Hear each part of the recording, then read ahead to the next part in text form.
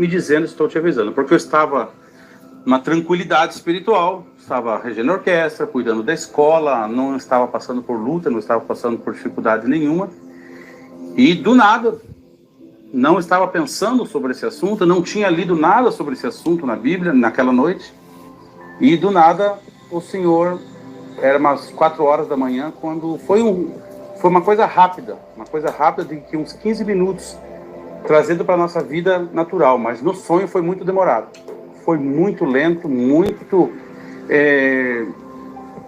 aterrorizante. Eu não passava o tempo e eu queria que aquilo fosse um sonho. No sonho eu dizia, tomara que seja um sonho. E graças a Deus eu consegui acordar e ver que realmente foi um sonho. Uma realidade que tem despertado muitas pessoas. Eu recebi também muitas ligações de pessoas que foram impactadas por esse testemunho, porque eu fiquei muito mexido, muito impactado. Só que o tempo vai passando, as coisas vão voltando ao seu natural, o impacto do sonho, com o passar do tempo, vai perdendo aquele impacto, e a gente vai voltando à nossa monotonia cristã novamente. Mas nós não podemos. A vinda do Senhor é real. O arrebatamento da igreja é real. E por mais que o assunto não seja esse, mas o fato de tudo isso que está acontecendo no Brasil e no mundo ano passado, isso me despertou mais uma vez para sentir, ver que essa realidade vai acontecer e que nós temos que estar preparados. A qualquer momento o alarme vai soar. Aconteceu que toda madrugada eu tenho o costume de levantar e eu vou ao quarto das minhas crianças, ver como é que elas estão, se elas estão cobertas e tal. Vou ao banheiro, tomo um copo de água e volto a dormir. E exatamente foi isso que aconteceu. Eu levantei, olhei minhas crianças no quarto, tomei água, fui ao banheiro e voltei a deitar. E quando eu peguei no sono novamente, aconteceu exatamente o que eu tinha acabado de fazer. Eu levantei, eu me vi levantando de volta, fazendo o que eu sempre faço, só que agora num sonho. Eu levantei, fui ao quarto das crianças, ver se elas estavam cobertas, e quando eu cheguei no quarto, eu só vi o pijama do Felipe e o pijama da Duda, minha filha. Eu entrei em choque na hora, eu pensei, a minha esposa deixou a casa aberta e alguém sequestrou os nossos filhos. Meu Deus. E eu fui correndo na porta, para tentar abrir a porta, ela estava fechada e estava sem a chave, porque nós temos o costume de deixar no chaveiro. Isto no sonho? No sonho. Eu, sem entender o que estava acontecendo, fui ver se as janelas estavam abertas, elas estavam todas fechadas. No momento que aconteceu isso, eu caí em mim e falei, Jesus veio. Aconteceu o arrebatamento da igreja. E eu cheguei, acordei a Renata, minha esposa, falei, Renata, Jesus veio.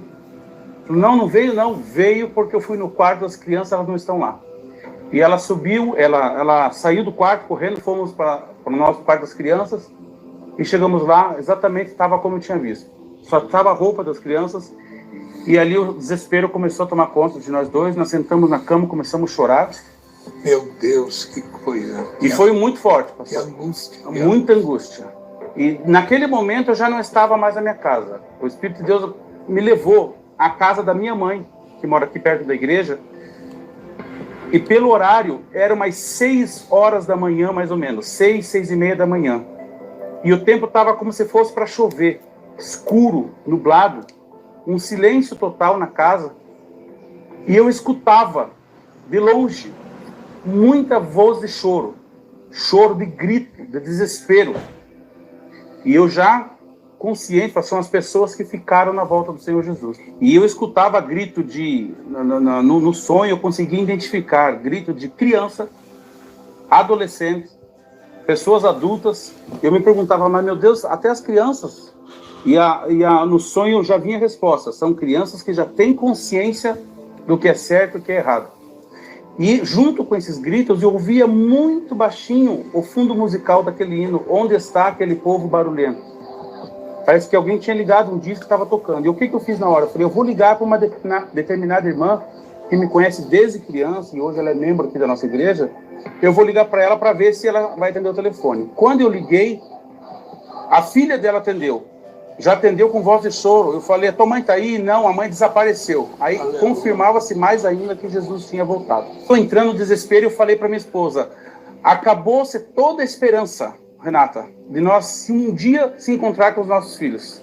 Acabou-se toda a esperança de um dia eu me encontrar com meu pai novamente, porque eles foram arrebatados e eu fiquei na vida do Senhor Jesus. Eu encontrei com um amigo meu aqui da igreja, nesse momento, e ele falando para mim, o que adiantou a gente tocar tanto tempo, a gente reger orquestra, a gente era tão dedicado, olha que injustiça nós ficamos. E eu falei nessa expressão, cala a boca, nós ficamos porque nós não estávamos preparados. Então, qual que é a ideia que nós vamos fazer? Vamos se matar. Meu colega dizia, vamos se matar e acabar tudo. Eu falei, mas não tem como se matar, porque a palavra do Senhor diz que naquele dia a morte vai fugir de nós. E o desespero tomando conta, e de repente eu não estava mais ali na casa da minha mãe. Eu estava bem aqui na pracinha da nossa igreja, de frente para a igreja. E pastor, a igreja estava muito mais lotada do que é uma convenção hoje. Aquele terraço que nós temos aqui na frente da igreja estava lotado. E eu perguntava no sonho, mas então Jesus não veio.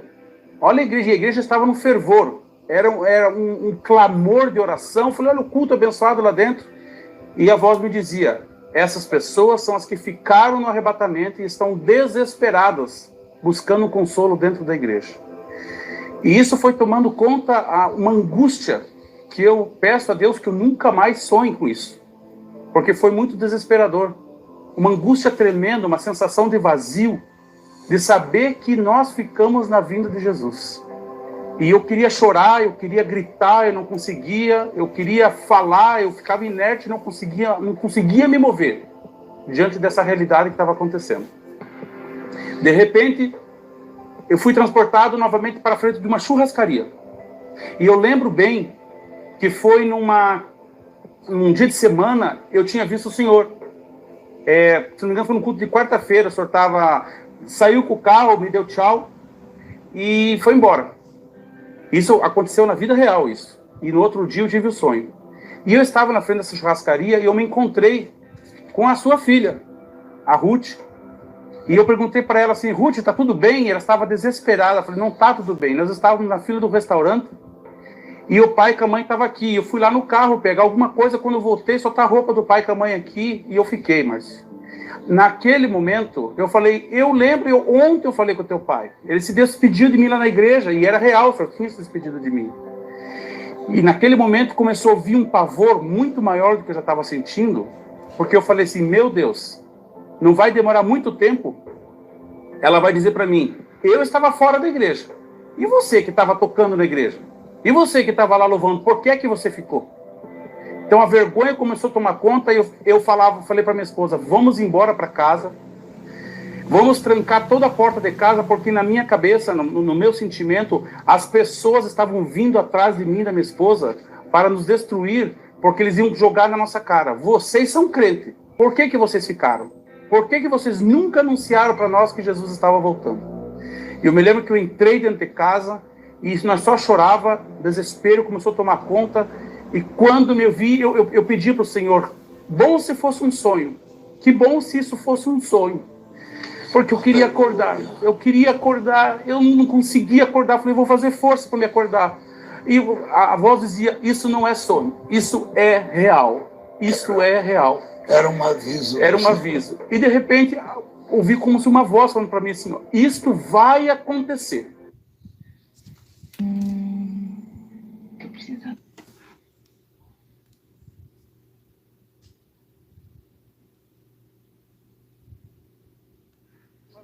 E de repente, ouvi como se uma voz falando para mim assim, isto vai acontecer. Na hora que eu caí em mim, falei, se isso vai acontecer, então não aconteceu. Eu acordei. Eu lembro que eu acordei chorando como se fosse uma criança, de soluçar. Eu nunca acordei chorando, nunca. E eu soluçava e a Renata perguntou, está acontecendo alguma coisa? Eu falei, está acontecendo. Eu sonhei que Jesus veio. E eu e você, nós ficamos... E eu pude levantar, abraçar os meus filhos, abracei o meu filho, abracei minha filha e falei, Senhor, obrigado pela essa oportunidade que o Senhor me deu. Muito obrigado, Senhor. E eu ainda estou aqui, o Senhor me ama. E eu não quero perder a salvação. E eu orei, pastor, eu orei dizendo, se for para mim perder a salvação, Senhor, e eu faço essa oração até hoje, o Senhor me prepara e me leva. Hoje eu publiquei uma frase seguinte, se alguém me pergunta, que igreja que você pertence? Eu digo, eu pertenço à igreja de Cristo. Nós estávamos escutando uma devocional com um dos nossos pastores e muitas vezes ficamos presos à denominação, presos às nossas atividades, correndo a correria do dia a dia, escola de música, projeto, orquestra, trabalho, faculdade, e muitas vezes o nosso passaporte já está invalidado há muito tempo e nós não sabemos. E nessa correria, Jesus vem e nós continuamos a correria. E quando nós menos perceber, nós já perdemos a nossa salvação.